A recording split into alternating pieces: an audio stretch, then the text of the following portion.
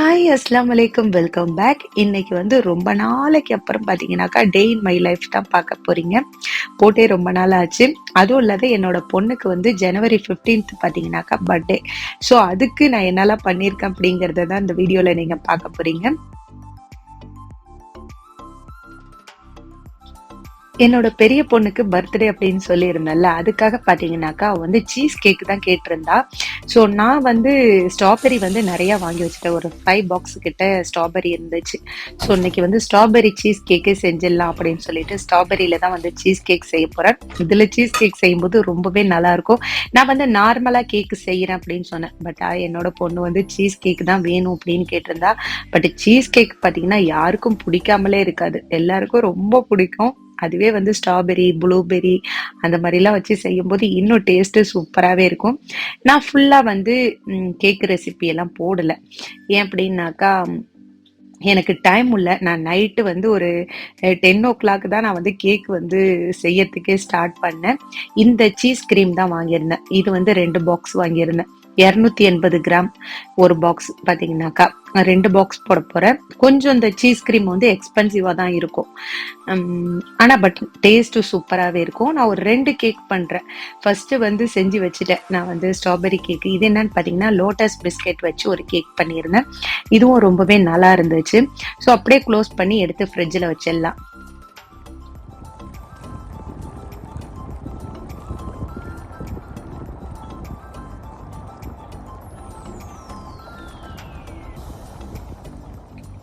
Next day morning வந்து பசங்களுக்கு school இருந்துச்சு.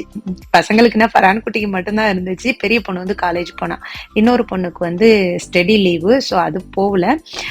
இவனுக்கு மட்டும் பிடிச்சது செய்யலாம் அப்படின்னு சொல்லிட்டு அவனுக்கு வந்து பிரெட் டோஸ்ட் கேட்டிருந்தான். அதை வந்து ரெடி பண்ணிட்டு இருக்கேன்.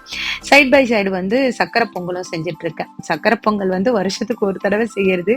அதுவும் என் பெரிய பொண்ணு பர்த்டே அன்னைக்கு தான் வந்து மார்னிங் வந்து பிரேக்ஃபாஸ்டாவே செஞ்சு சாப்பிடுவோம். ஏண்டாக்கா அவ வந்து பிறந்தது வந்து பொங்கல் அன்னைக்கு தான் பிறந்திருந்தாளா. ஸோ அன்னைக்கு வந்து சக்கரை பொங்கல் செஞ்சு சாப்பிட்டுறது. இடையிலலாம் செய்யறதே இல்லை. இப்போ சக்கரை பொங்கலும் ஒரு சைடு அடுப்பில் வச்சுட்டேன். இன்னொரு சைடு வந்து ஃபரான் குட்டிக்கு வந்து பிரெட் டோஸ்ட் தான் ரெடி பண்ணிட்டு இருக்கேன். அவனுக்கு ஸ்கூலுக்கு எடுத்துட்டு போறதுக்கும் அதுக்கப்புறம் சாப்பிட்றதுக்கும் பிரெட் டோஸ்ட் பண்றேன். அவனுக்கு இந்த டோஸ்ட் வந்து ரொம்பவே பிடிக்கும். ஸோ அதனால வாரத்துக்கு ஒரு நாள் அந்த மாதிரி பிரெட்டில் செஞ்சு கொடுக்கறது.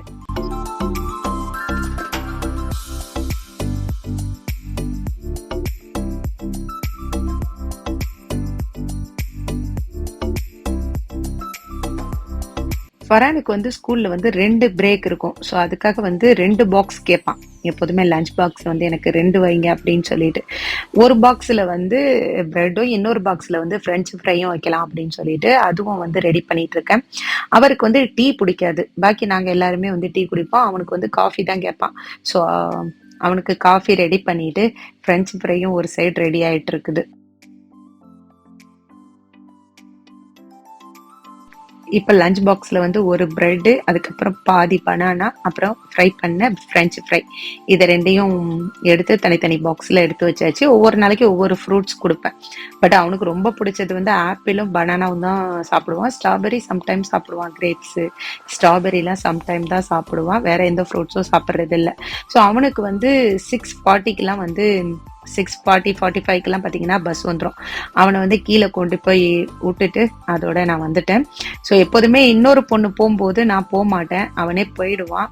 அவன் தனியாக போகிற டயத்தில் பார்த்தீங்கன்னாக்கா நான் கொண்டு போய் விட்டு வர மாதிரி இருக்கும். ஸோ வந்ததுக்கப்புறம் சக்கரை பொங்கலும் ரெடி பண்ணிட்டேன். சக்கரை பொங்கல் ரெடி பண்ணிட்டு பக்கத்தில் ஃப்ரெண்டு வீட்டுக்கெல்லாம் கொடுத்துட்டு அப்புறம் நாங்களும் சாப்பிட்டோம். சுட சுட நல்லா நெய்யெல்லாம் போட்டு செஞ்சோன்னே ரொம்ப சூப்பராக இருந்துச்சு. ஊர்லேருந்து இப்போ தானே நெய்யெல்லாம் எடுத்துகிட்டு வந்திருந்தேன். போட்டு செஞ்சோன்னே ரொம்பவே நல்லா இருந்துச்சு.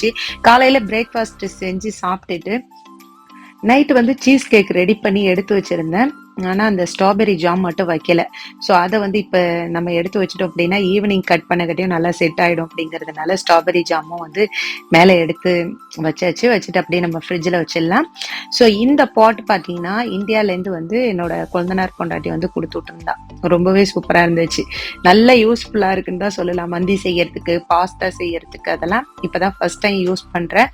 பட் ஒருத்தன் தான் சொல்லுவேன். நல்லா மந்திக்கு வந்து சிக்கன்லாம் வேக வைக்கிறதுக்கு ரொம்பவே சூப்பராக இருந்துச்சு. ஊரில் வந்து அமேசானில் தான் ஆர்டர் பண்ணி வாங்கியிருந்தா, ரொம்ப நல்லா இருந்துச்சு. இன்னைக்கு வந்து மந்தி தான் செய்யலாம் அப்படின்னு சொல்லிட்டு சிக்கன் மந்தி தான் செய்ய போகிறேன். ஸோ அதுக்கு வந்து சிக்கனை ஃபஸ்ட்டு வேக வச்சு எடுத்து வைக்க போகிறேன்.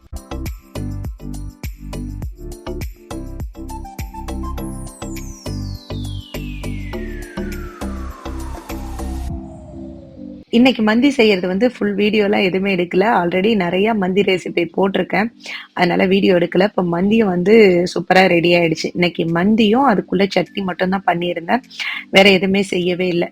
ஈவினிங் பார்த்தீங்கன்னாக்கா என் பொண்ணு வந்ததுக்கப்புறம், காலேஜ் போயிட்டு வந்ததுக்கப்புறம் சீஸ் கேக்கு கட் பண்ணோம். பார்க்கும்போதே மவுத் வாட்டரிங்காக இருக்குல்ல, ரொம்பவே சூப்பராக இருந்துச்சு. டேஸ்ட் வேற லெவலாக இருந்துச்சுன்னே சொல்லலாம். சீஸ் கேக்கு எங்கள் எல்லாருக்கும் ஃபேவரட்டான சீஸ் கேக்கு கட் பண்ணி ஃப்ரெண்ட்ஸ் வீட்டுக்கு எல்லாருக்குமே கொடுத்துட்டு நாங்களும் சாப்பிட்டுட்டு பார்த்தீங்கன்னாக்கா உடனே வந்து பீஸா போயாச்சு. ஸோ ஊர்லேருந்து வந்ததுக்கப்புறம் பீஸா சாப்பிடவே இல்லை, பசங்க கேட்டுட்டு இருந்தாங்க. அதனால வந்து போயிட்டு பீஸா, அதுக்கப்புறம் பாஸ்தா அதெல்லாம் தான் ஆர்டர் பண்ணியிருந்தோம். பெருசாக எங்களால் சாப்பிட முடியல. ஏன் அப்படின்னாக்கா கேக் வேறு சாப்பிட்டு போனோம்ல, அதனால பெருசாக சாப்பிட முடியல. ஸோ எங்களோட டே இன் மை லைஃப் பார்த்தீங்கன்னா இப்படி தான் போச்சு. இந்த வீடியோ உங்கள் எல்லாருக்குமே பிடிக்கும்னு நினைக்கிறேன். பிடிச்சிருந்துச்சு அப்படின்னா லைக் பண்ணுங்கள், ஷேர் பண்ணுங்கள், மறக்காமல் நம்ம சேனலை சப்ஸ்கிரைப் பண்ணுங்கள். பாய்.